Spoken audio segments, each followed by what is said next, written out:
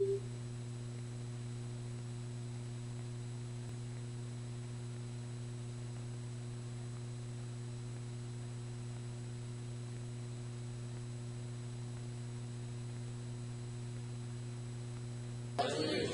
to the flag of the United States of America and to the republic for which it stands, one nation, under God, indivisible, with liberty and justice for all.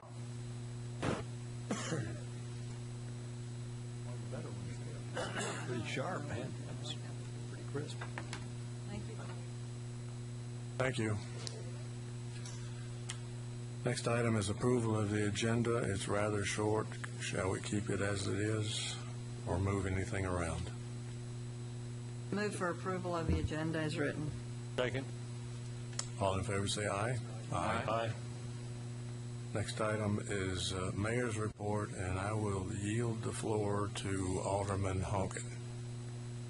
Well, thank you, Mayor. Evidently, I've poked the bear, so, you know, I wasn't shocked to see the front page of the Farragut Press today, but I was a little surprised with the title of the article, although the article itself, I would say, was accurate. You know, to say that this board in any way, shape, or form is trying to limit residents' First Amendment rights is just completely false. You know, the comments that I made about the press talk, I will stand by them because I do believe in what I said. I think there's a better way to do it for people to share ideas with us and their concerns as well. So, you know, I could go on and share a number of things, but, you know, the number one thing I'll leave it with tonight is I don't know of any other newspapers out there that allow anonymous comments to just be posted in the paper. I don't think it's a good way to handle it. I don't think it's a good reflection on our town.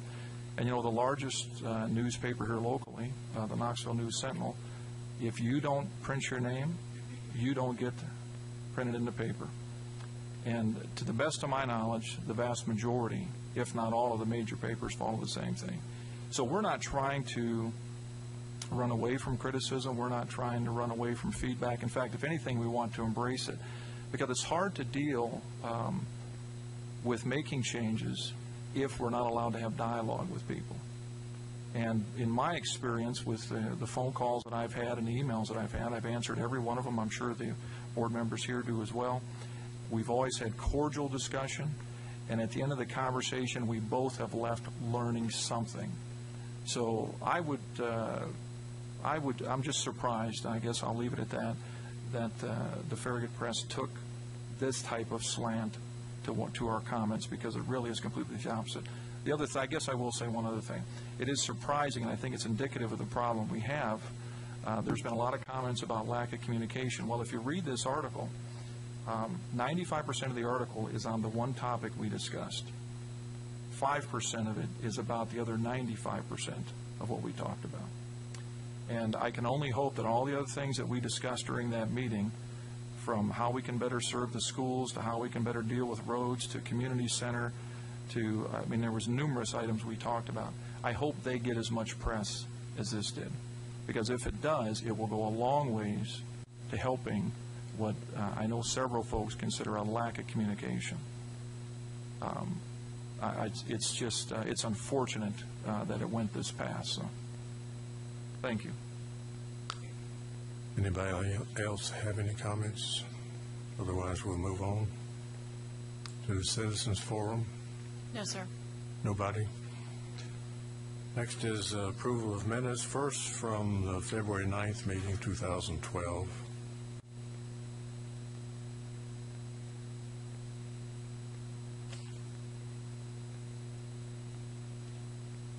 Everybody okay?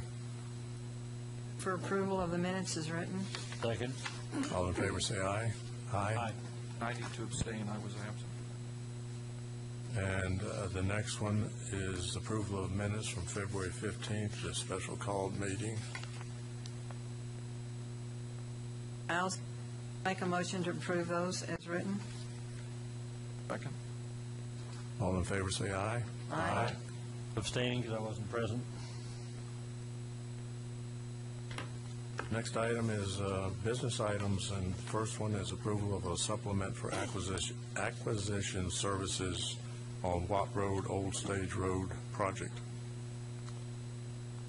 Last April, the board approved a contract with Real Estate Service Professionals, LLC, that's RES, approved a contract for acquisition services for the Old Stage Road, Watt Road project. RES more or less serves as our buyers for the right-of-way, the easements, everything that's required for that road project. At that time, the contract was approved with a total price of $70,800. And that was based on the number of tracks that are on the project.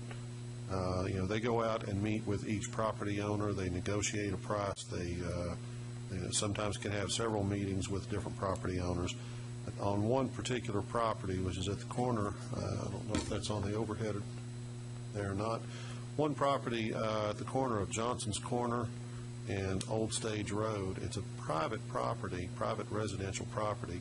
But there is an easement on the corner that contains the subdivision sign and landscaping for the reserve at Farragut. That easement is in favor of the homeowners association, so it was necessary in following TDOT's requirements. It's necessary to both negotiate with the private homeowner as well as the homeowners association. So in essence, it's like it is two separate negotiations, two closings, the whole bit.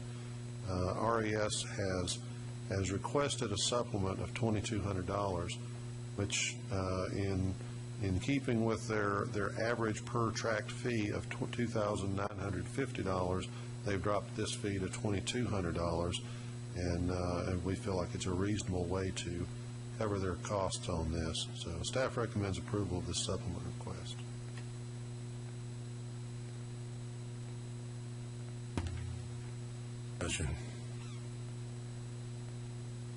Second. All in favor say aye. Aye. Any opposed? Next item is approval of comprehensive land use plan contract.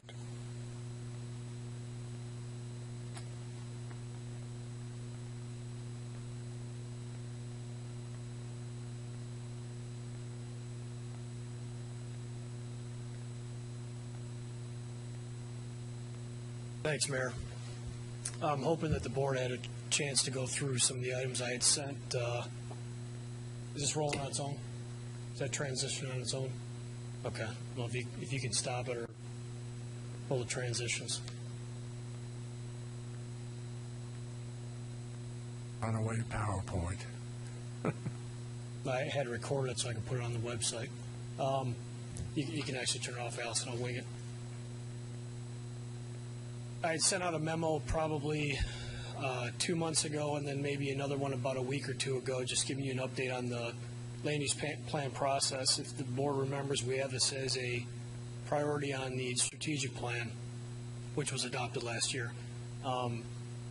In about October, November of this year, we had put together an RFQ, request for qualifications, for qualified firms to submit proposals to the town of Farragut for a comprehensive land use plan process.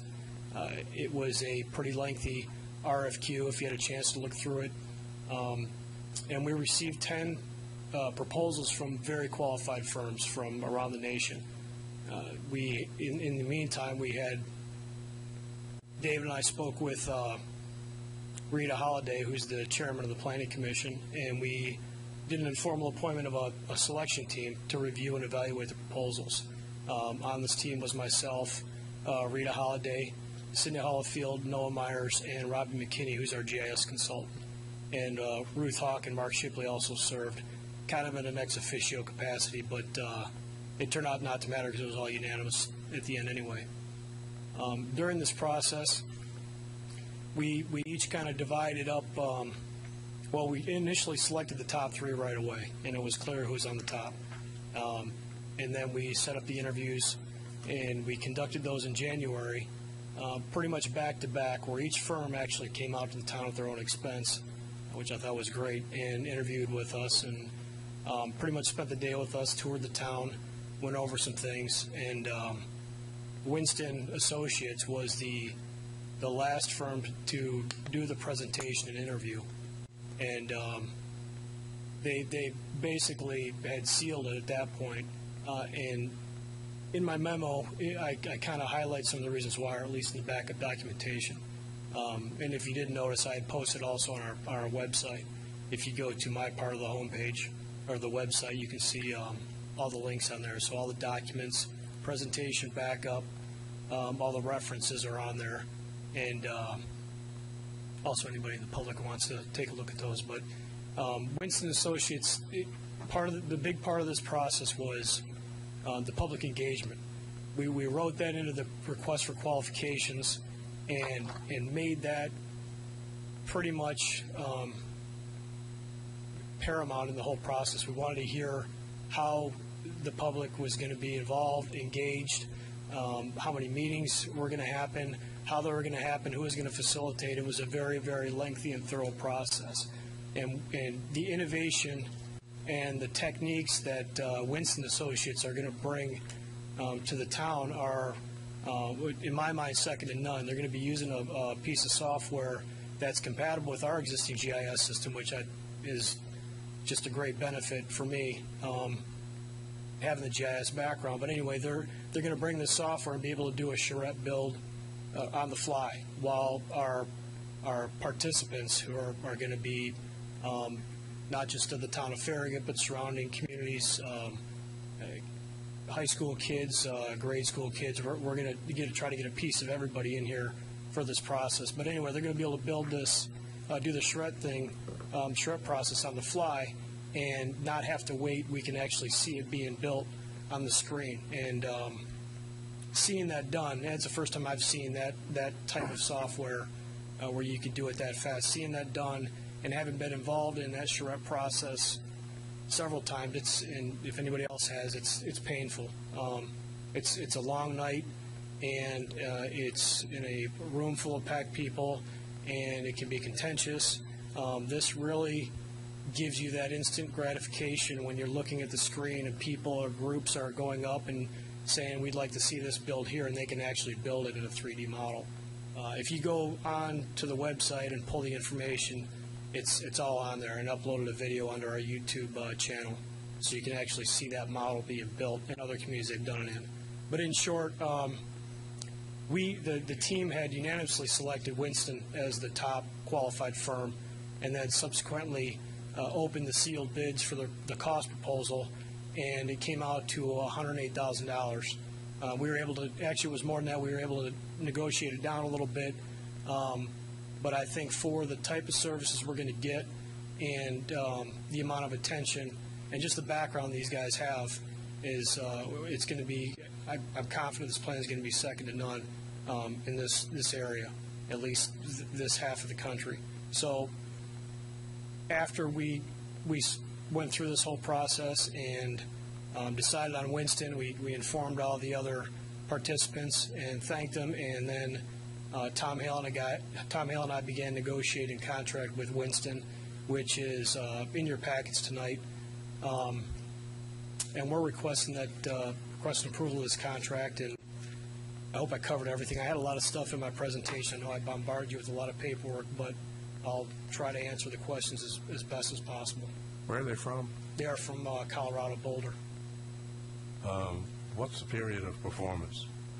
We're looking to start this thing as soon as the contract's executed.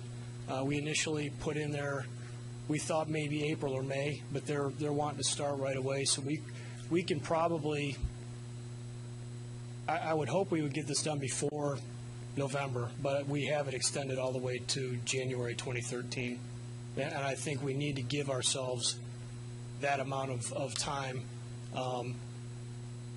just to cover any hiccups in the process. If we need to have another meeting, if we need to extend it a little bit, I think we need to just have that room to move. That is the drop-dead date for them to submit the final product. But realistically, you expect it much sooner than that? I'm hoping so.